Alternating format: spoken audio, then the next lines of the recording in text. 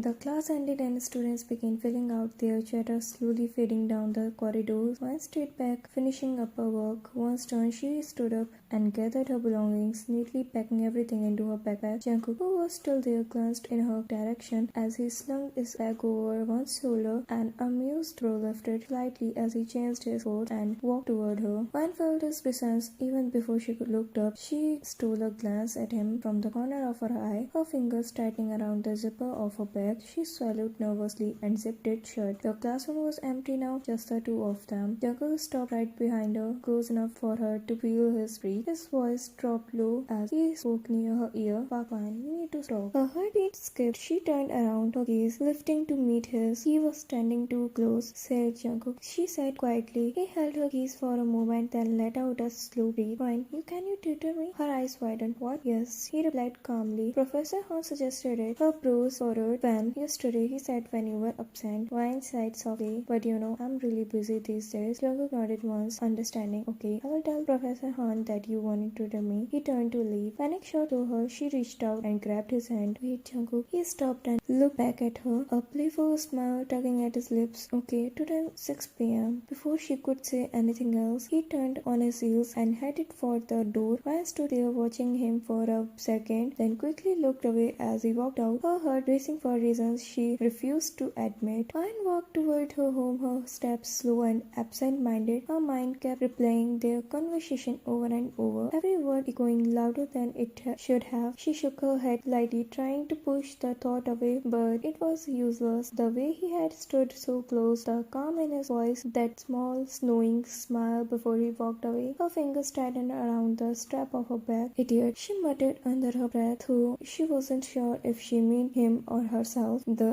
evening breeze brushed against her face, but it did nothing to cool the warmth still lingering in her chest. 6 o'clock. Her house finally came into view. Wan unlocked the door quickly and stepped inside, closing it behind her with a soft click. The familiar silence wrapped around her, but today it felt louder than usual. She kicked off her slippers near the entrance and dropped her back on the couch without a second glance. Her mind was still elsewhere, still stuck on a certain someone. Without wasting time, she walked straight to her room. She walked into the washroom and placed her phone on the counter, pulling out a fresh set of clothes. She turned on the tap, the sound of running water filling the small place. After washing her face, the cool water helped her breathe a little easier. She changed into her clothes and tied her hair up neatly, trying to look normal, trying to feel normal. When she stepped out, she already felt a bit fresher, calmer, at least on the surface. She rubbed her hair tiredly as she picked up her phone, the screen lighting up her face. For a moment, she just stared at it, thumb hovering, thoughts scattered. She slipped into the duvet, pulling it up to her chin, telling herself she would rest just for a minute. The room was quiet, the day finally catching up to her tired body. Without realizing it, her eyelids grew heavy. Her phone slipped from a loose grip, falling beside her on the bed with a soft thud, and just like that, she drifted into sleep. Time passed quietly, the clock finally striking 6 p.m., but Van was still asleep, wrapped in her duvet, completely exhausted. Outside her house, Jungkook stood at the door with Jimin and rang the doorbell. No answer. Jimin glanced at him. "Looks like she's not home." Jungkook checked the time on his phone, his brows knitting slightly. "She's home." He rang the bell again, this time holding it a little longer. Inside, Wine stirred faintly in her sleep, her brows pulling together for a second, but she didn't wake up. The sound felt distant, slipping back into silence as she turned to the other side. Outside, Jimin folded his arms, either she fell asleep or she forgot. Jungkook let out a slow breath, irritation mixed with concern. He took out his phone and typed a message. "Fine, I am outside." No reply. He stared at the quiet door, jaw tightening slightly. She better have a good reason, he muttered. Inside, everything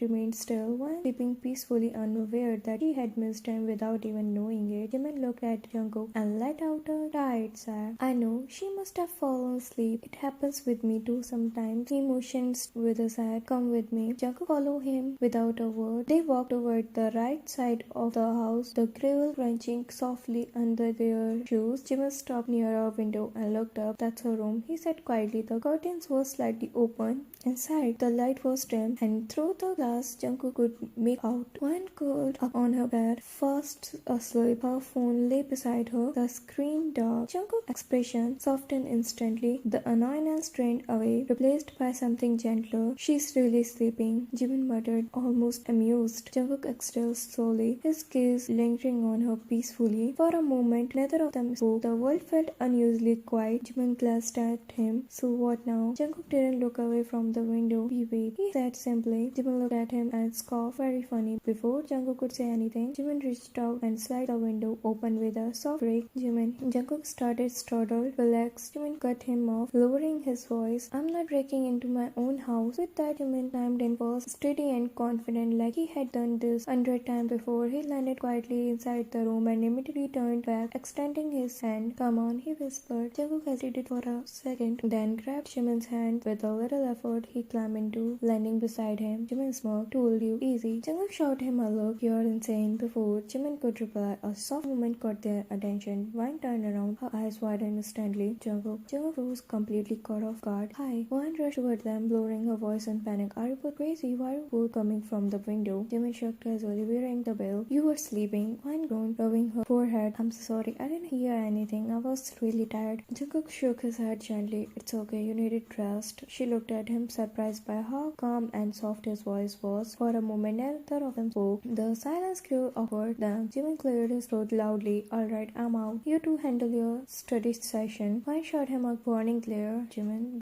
but he was already walking toward the door. Relax, I will be downstairs, he said, grinning, and Jungkook, welcome to the park house. Window entry included. He closed the door behind them, leaving them alone. Wine exhaled slowly. He's impossible. Jungkook chuckled slightly and noticed another pause settled between them. This one felt different, or quite a little nervous. So Wine said, clearing her throat, you wanted to drink? Jungkook nodded. Yeah, if you're still okay with it. She hesitated for a second, then nodded. Yeah, sit. I will get my note. Jungkook moved toward the chair, watching her as she gathered her books. Thanks so much for